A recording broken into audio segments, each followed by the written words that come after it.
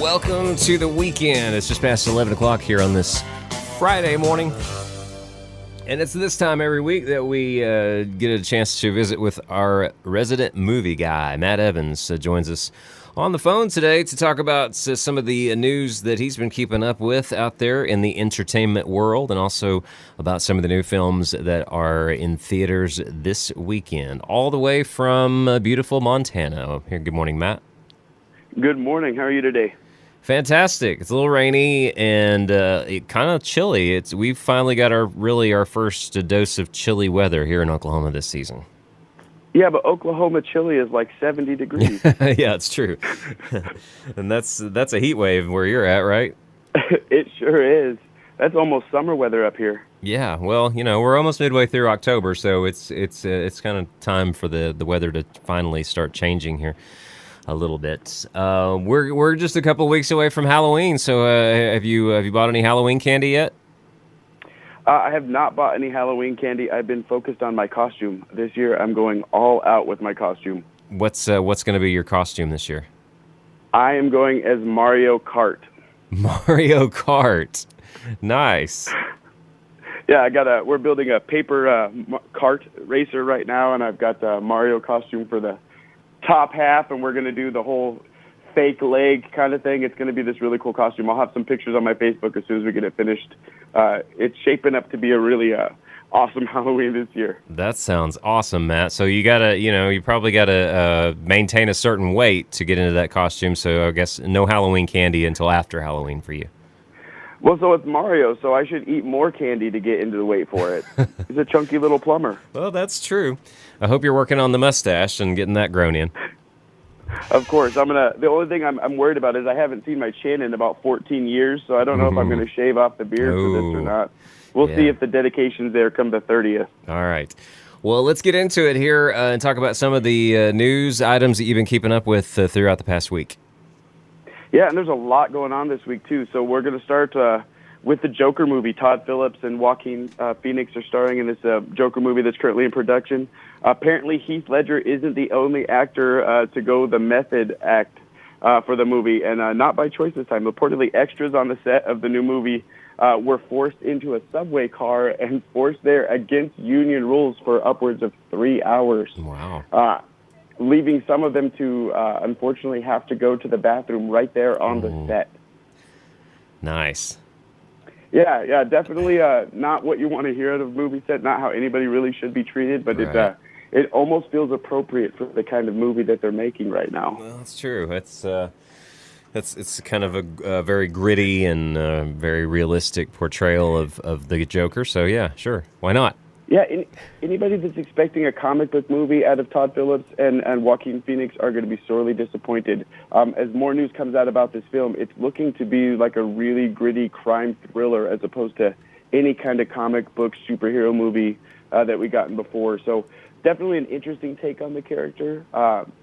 We'll see how it ends up. As more stuff comes out, it's making more and more fans a little leery of the project. Mm-hmm. We'll just have to wait and see at this point. True, very true. What else? What else is making news this week? Well, let's stick with DC really quick while we're on the subject. Okay. James Gunn, fired director from Guardians of the Galaxy fame, wrote and directed the first two movies in that series. Of course, probably more infamous now for his online personality and his tweets than anything, was just recently named as the writer of Suicide Squad 2. And reports are coming out that he's probably going to direct it as well. And for all the controversy surrounding James Gunn, this is absolutely a coup for DC and Warner Brothers.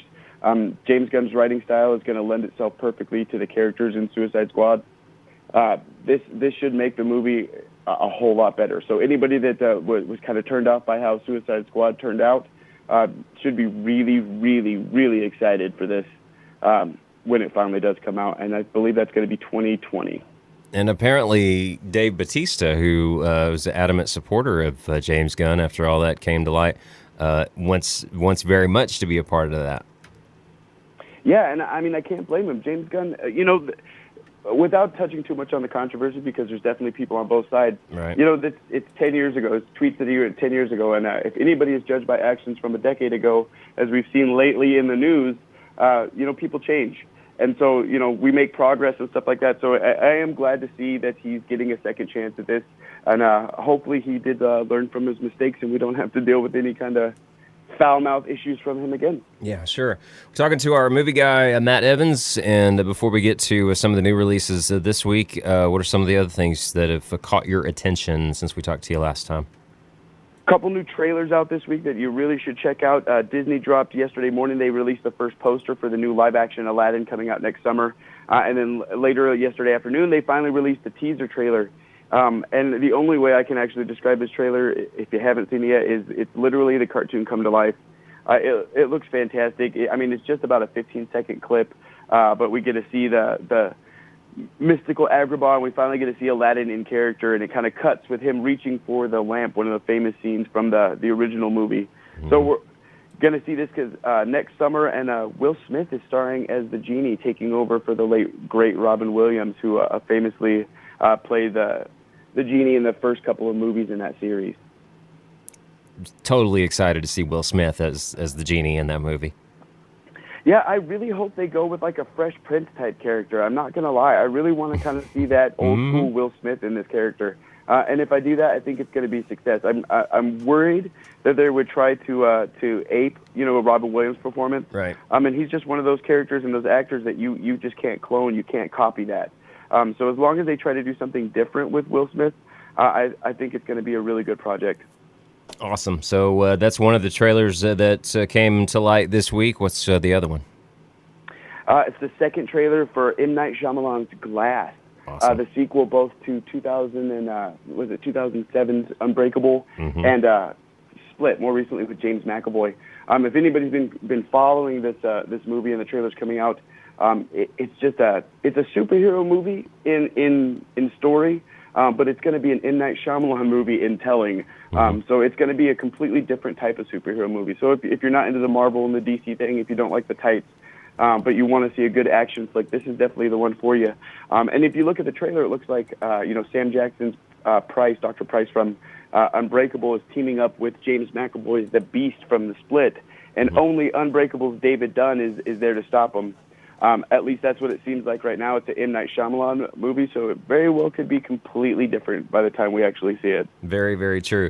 It's tough to pick a favorite Sam Jackson role, but his performance in Unbreakable, for me, that's right up there at the top.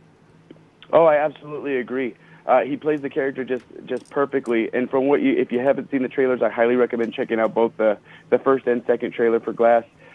It looks like he's going to nail it again this time, and it's just a creepy performance from him, which is just awesome. I love it, and I'm excited. And, for people that may not have caught Split, James McAvoy is incredibly underrated. His role in that movie, the ability to switch between the personalities on the fly and not just change his voice, but his mannerisms and the way he acts, just absolutely phenomenal. And it looks like this one's going to be another great Shyamalan movie, which it's been a while since we got a really, really good one from him, aside from this franchise. So as long as he keeps making good movies in this franchise, I'm going to keep watching. Yeah, it's going to be fun to watch those characters come together in the same film. Before we run out of time, Matt, anything else before we get to the new releases? Well, Halloween's coming up, so next week we've got Halloween, written by Danny McBride. Real quick, 25 years ago, Jurassic Park hit theaters, and just this week somebody found a new Easter egg in that movie. Nedry, in the movie, if you look at his outfits, apparently they line up with characters from the Goonies movie, which makes perfect sense because, of course, Steven Spielberg wrote the Goonies and directed Jurassic Park. Right. But it's always mind-blowing to see that Easter eggs can still be found this many years later. Imagine, I assume that Spielberg had a hand in putting that in there. Imagine being Steven Spielberg and knowing that is in that movie and no one has picked up on it until now. The joy that he's probably gotten out of that over the last 25 years. Right, and then he woke up this morning and he's reading it on his news feed and he's like, "Aw." They figured it out. Right, see, this is the magic of a pre-internet generation. I mean, in 1993, the internet was first starting to take off, and so news didn't travel as fast. And I know it wasn't that long ago, but it is amazing at how much the world has changed, especially when it comes to details like this in movies.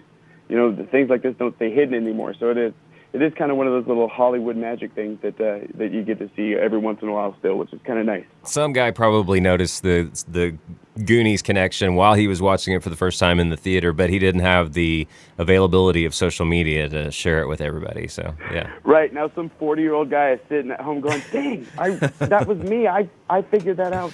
Right. He's been carrying that around all this time. Matt, let's talk about the new movies before we have to go. We got three of them, three new movies coming out this weekend. Yeah, three new movies, all of them really good this week, which is a rarity nowadays. First up, we got Jack Black returns as R.L. Stine in Goosebumps: Haunted Halloween. A little formulaic for what it is. It's a comedy horror for the entire family. So if you like the first one, or if you got little kiddos that are really into Halloween, this is definitely the movie for you. It's not a bad one. It's pretty entertaining. I actually watched it just the other day. I really liked it. And Jack Black is always good. Even in bad movies, Jack Black is good. Mm-hmm. Good time to be a Jack Black fan because the House with a Clock in its Walls just came out just not too long ago too. Good time to be Jack Black. He just finally got his star on the Hollywood Walk of Fame just last week as well. Right. So, yeah, kind of a renaissance for him right now, which is good. And he's kind of fit his niche. Instead of being that weird kind of out there guy, he's found a role being that, doing those little tiny bit parts and stuff like that, and it really works for him. Right. Okay, so there's a good family choice for the weekend. What else is new this week? Next up, we have First Man, starring Ryan Gosling as legendary astronaut Neil Armstrong. It's a biopic, and in this one, it's kind of a different one. Most people would be expecting a story driven about the mission to the moon, but really, this is a very kind of intimate look at a very private man. Neil Armstrong was legendarily private with his personal life, and this kind of gives us our first chance to kind of see that on screen. And Ryan Gosling does a fantastic job, really great performance. Currently sitting at 89% on Rotten Tomatoes critic score with an audience rating of 68%. So definitely a good choice if you're into to good storytelling and good drama movies, especially if you like ones that are based on a true story. Yeah, and from what I hear, they really went to a lot of effort to get all of the technical NASA stuff spot on. And from what I hear, they did. It's very accurate to that time in the space program. Right, and on top of that, I mean, the detail in this movie is amazing. They went and interviewed several people that knew Neil, and they talked to people throughout his life, and really got a really good idea of how his life was, especially at this time when everything was coming to the forefront. And so for the first time ever, we really get to see a story basically told by people that really knew the man. And like I said, he was legendarily private. So, he was super famous for being the first man to put his footprint on the moon, but at the same time, we don't know almost nothing about him as a person. Right, good stuff. What's the third movie that's out this week?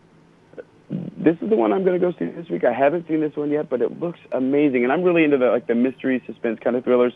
We have Bad Times at the El Royale. It's got a stellar cast, a really interesting story, and a unique setting.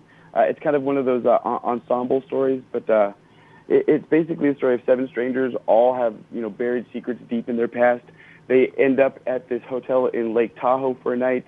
They get a shot at redemption before all hell kind of breaks loose. So a unique story, a great cast, interesting setting, all the right things you need for a really good suspense film. And this is another one that's getting really good ratings on Rotten Tomato. Audience scores really high.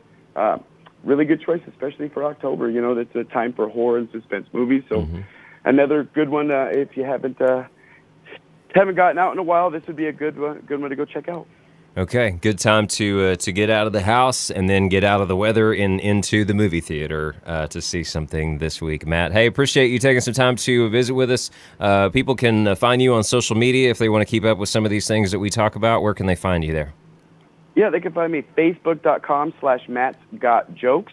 Twitter is YUP_Matt Evans. I post stuff all the time. I got links to pretty much everything we talk about on here. So if you're interested in reading more, just hit me up on Twitter and Facebook, and you'll find all that information. Good stuff. As always, we'll let you get back to constructing that Halloween costume, Matt. Well, thank you. It's about time to bust out the glue sticks. All right. Well, be sure your area is properly ventilated. I might not. It's more fun that way sometimes. All right. Well, we'll talk to you next Friday. Have a great weekend. All right. Thanks for having me. Have a good one, guys.